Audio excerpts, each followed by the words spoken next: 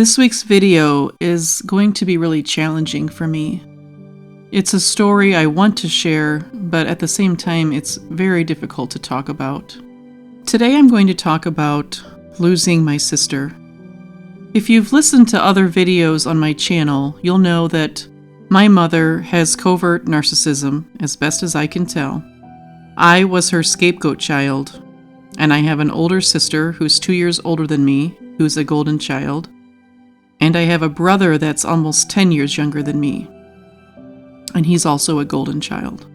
During my childhood, my mother was pretty ruthless with her criticisms and insults toward me, and my sister was often involved too. Often at the encouragement of my mother, she would say things like, "Everybody in this family does what they're supposed to except you." If I did something wrong, my sister was allowed to berate me and to even ridicule me. But she's still my sister. When we were younger, we played together. I remember us building with our blocks. I had those Fisher-Price little people, and I would build little houses for them. And a lot of times she would join me. We played board games together. When I was a teenager, we were both heavily involved in church with our youth group. Our youth group was pretty close and tight-knit, and so my sister and I were together a lot in that context. She had a boyfriend, the same person that's now her husband, and together they so often made fun of me and ridiculed me or insulted me. They just talked down to me, and I would just sort of laugh it off. I didn't even really see it fully as mistreatment. It did bother me. It upset me. But I guess I was so trained by that time to be talked down to. It was just a normal part of my daily experience, so I just sort of went along with it. As we became adults, I thought I had a wonderful relationship with my sister. When I got out of college and had my first job, my sister was a stay-at-home mom in a very small town. She was very lonely and isolated. And I called her almost every day over my lunch hour. This was back before there were cell phones, so I had to pay long-distance charges for that. She lived about 4 hours away from me. And it was always me calling her. She never called me. And just as before, I don't remember really thinking anything of that. I felt like she needed the companionship during the day a little, so I just paid the cost of that. When her kids were a little older, and she got a job, she basically just wrote me off.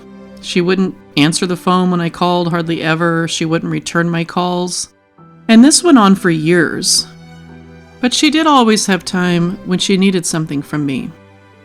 She decided to go back to school, and she needed to pass a math placement test to avoid going through multiple years of schooling just to catch up with the math that she would need. She hadn't taken math for years, and she really needed some help. I had also returned to school, and the program I was in required a lot of higher math. So she asked me to help her pass this math placement test, and I drove the hour to her house every single week to tutor her for months, and she was able to pass that test.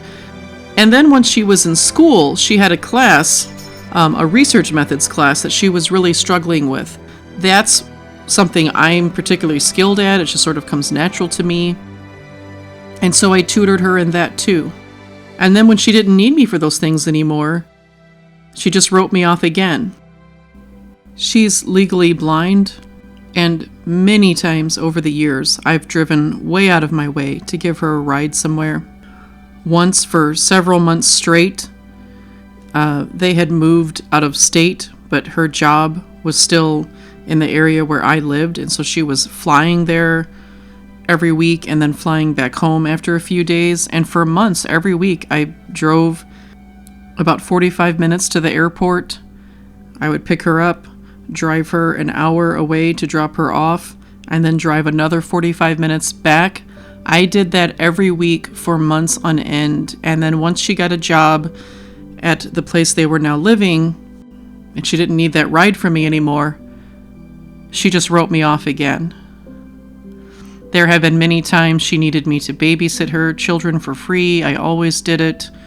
There was a summer when I was in school that her children were old enough to be home alone, but she didn't want them just sitting around playing video games all summer long doing nothing. So she asked if I'd be willing to drive up there about an hour away once per week just to get her kids out of the house and to go do something.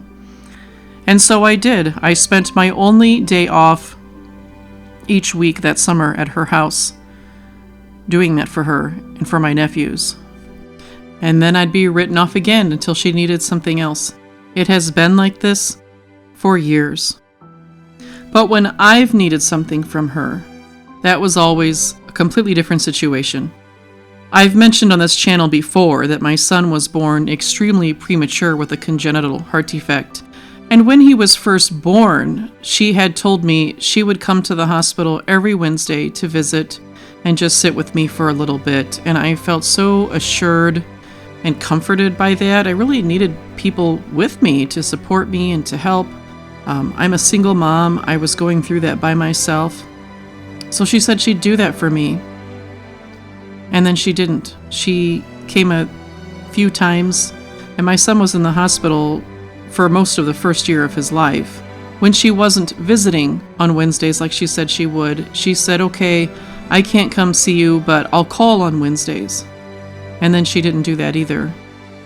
They would come if there was a big surgery or something like that was going on, but otherwise they weren't really there that much through the entire ordeal. I've never really called my sister to ask for favors.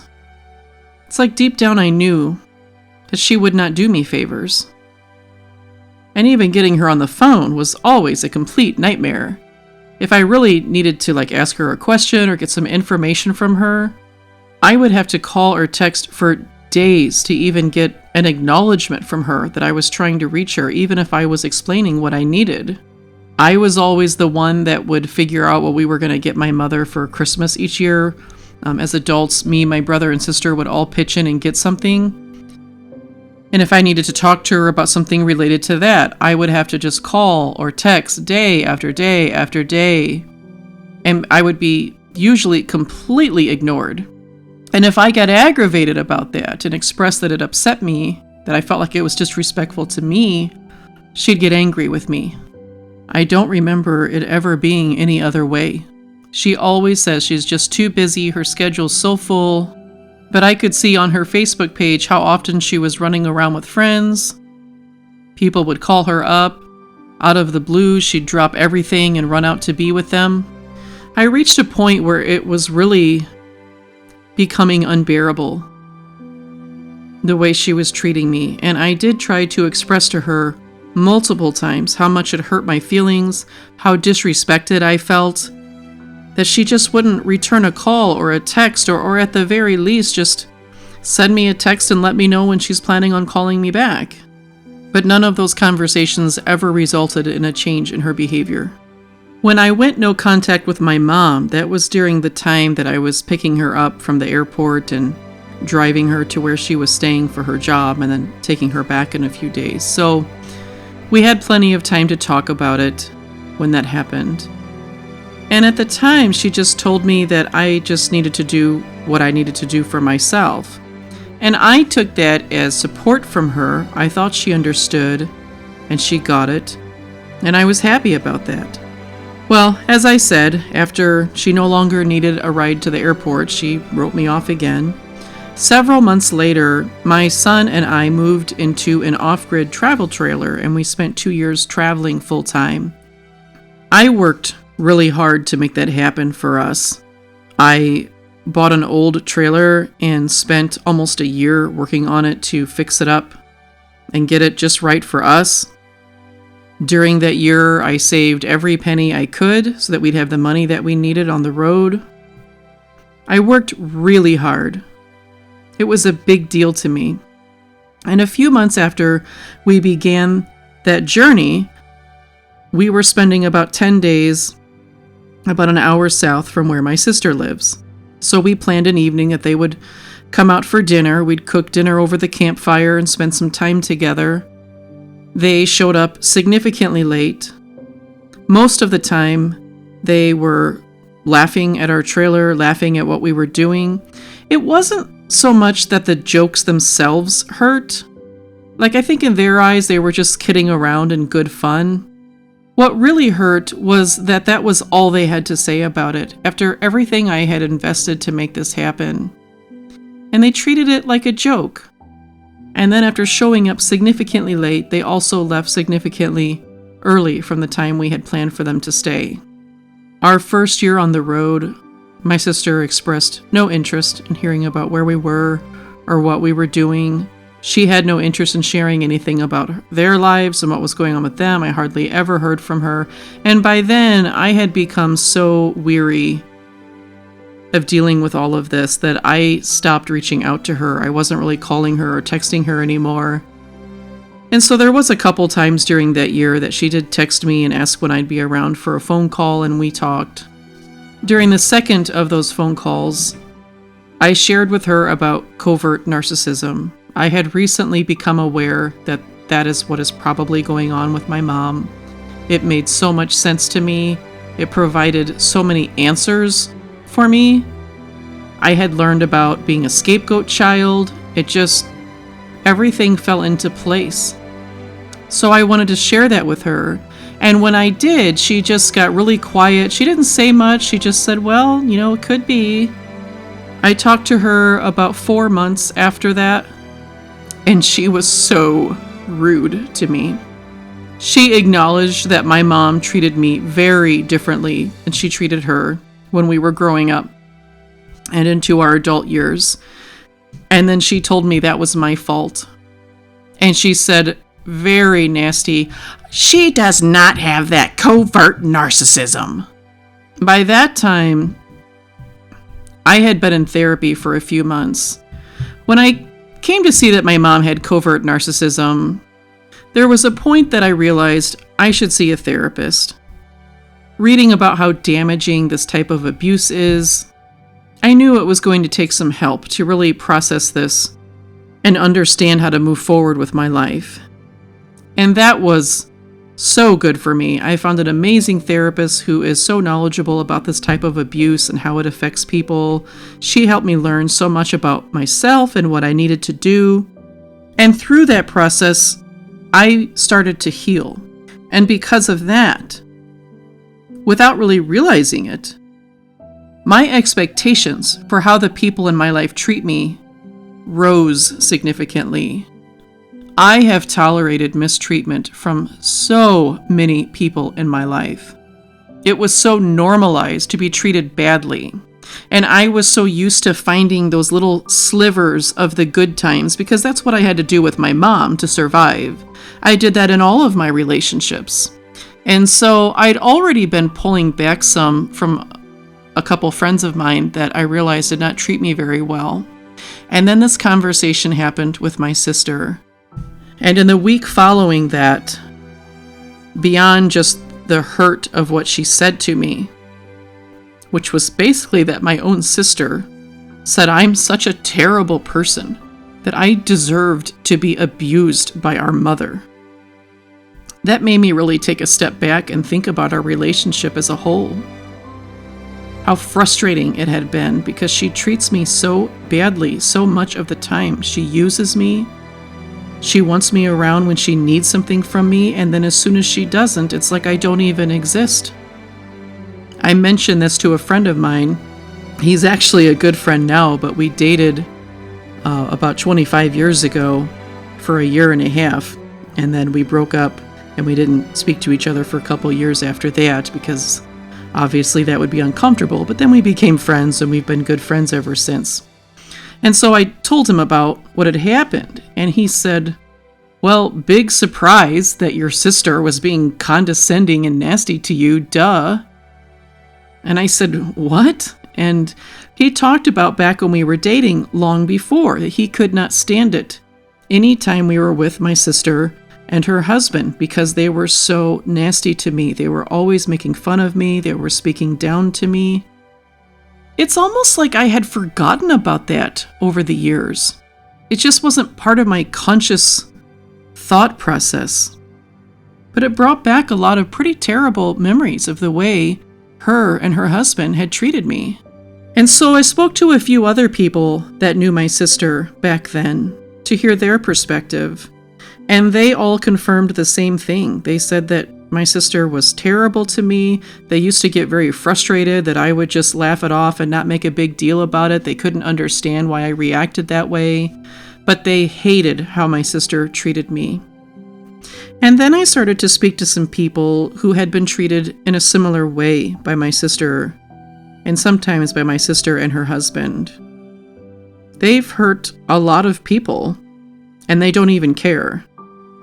And so one of the most painful things I had to accept. I had this list of people that I had come to see did not treat me well and did not deserve to be in my life.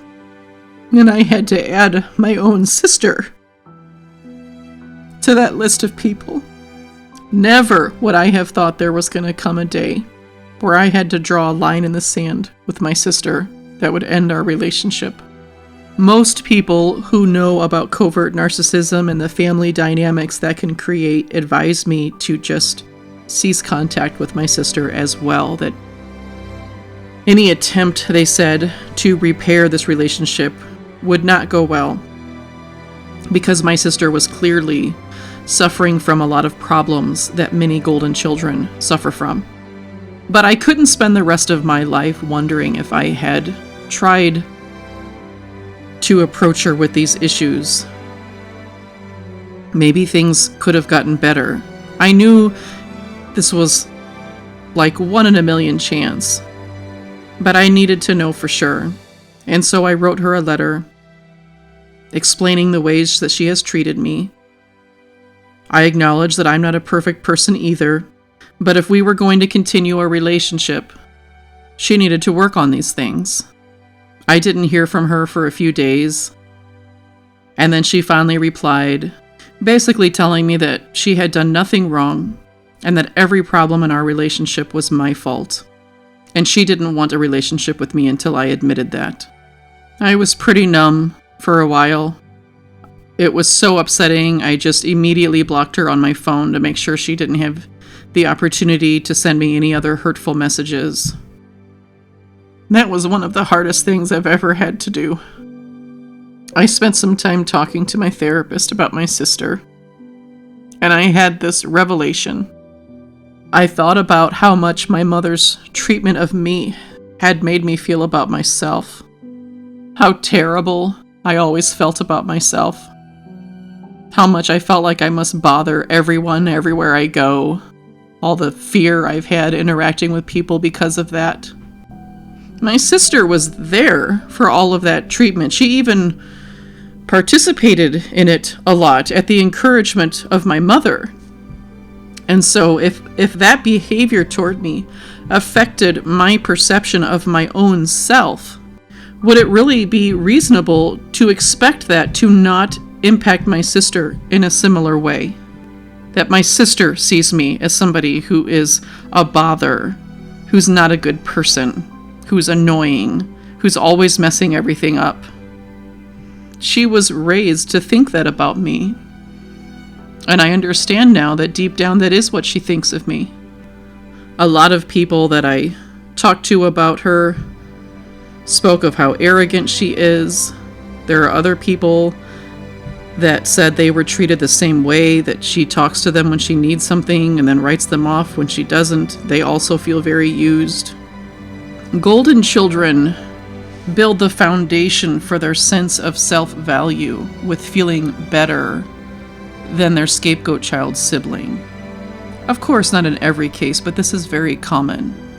And I think what happened when I told my sister about covert narcissism, and that I believe that's what was going on with our mother, I was asking her to accept that the reason my mother treated me so terribly and treated her so much better wasn't because she deserved better treatment, but because our mother has a very severe mental disorder. And since so much of her sense of self-value is built on the fact that our mother treated her so much better than me, I was asking her to give up the entire foundation upon which her sense of self-value is built. I wish she would give that foundation up because it's a false foundation. My sister struggles with anxiety and people-pleasing and a lot of problems that golden children have. And the sad part is, it's very rare for a golden child to see that. If my sister ever did open her mind to these things and reached out to me, I would definitely talk to her. But I know the odds of that happening are extremely low, and most likely I will never speak to my sister again. Sometimes I get really angry at my mom, because in a way it feels like she took my sister from me too. But I've also decided I'm not going to live my life driven by anger.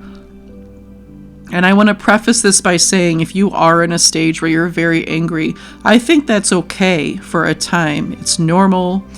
It's a stage many go through, but we don't want to stay in that state long term.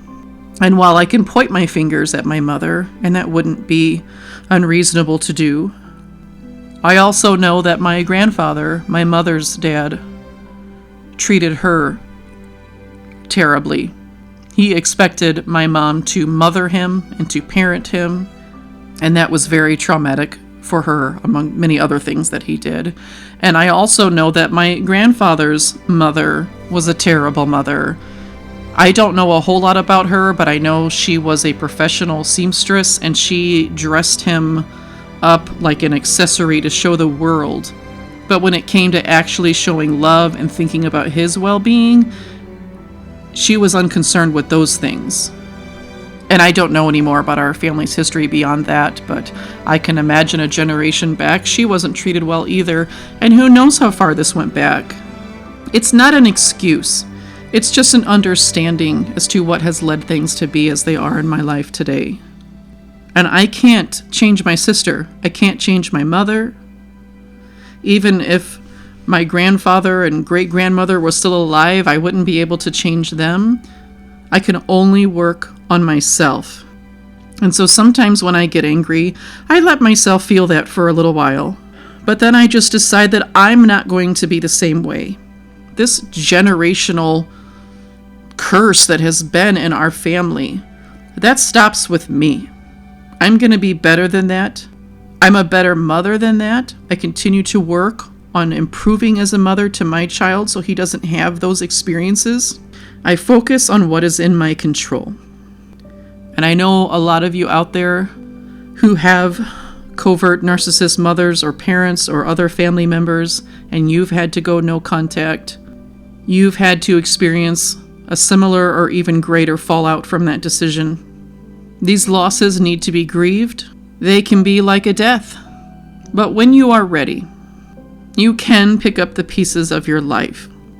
As much as I hate that this has happened in my family, I can see that I was losing my own self, and I had to choose to either have my own self or them.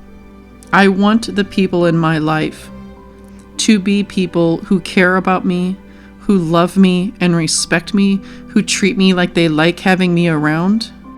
I deserve that, and you do too.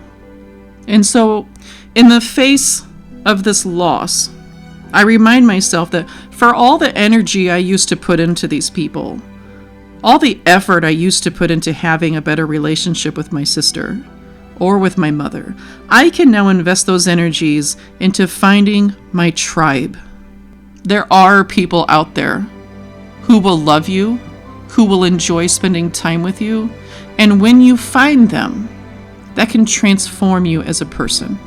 But I do believe the first step is stopping the abuse in your own life. Whenever possible, to go no contact with people who are abusive to you. Take your time to grieve, start to heal, and then find the kind of people that you actually deserve. And by that I mean people who treat you well. I know this episode's getting a little long, so I'm going to end that from here. But to all of you out there who are suffering the same pain I am, who have gone through these losses, I want you to know that your life is not over. It may feel like that, and it may continue to feel like that for a while, but there can be better things waiting for you in the future. And I believe you're going to find them. Keep pushing through. Keep working on yourself. Continue to heal. And it's going to get better. And please always remember, you are worthy, you are valuable, and you are beautiful, whether your mom sees that or not.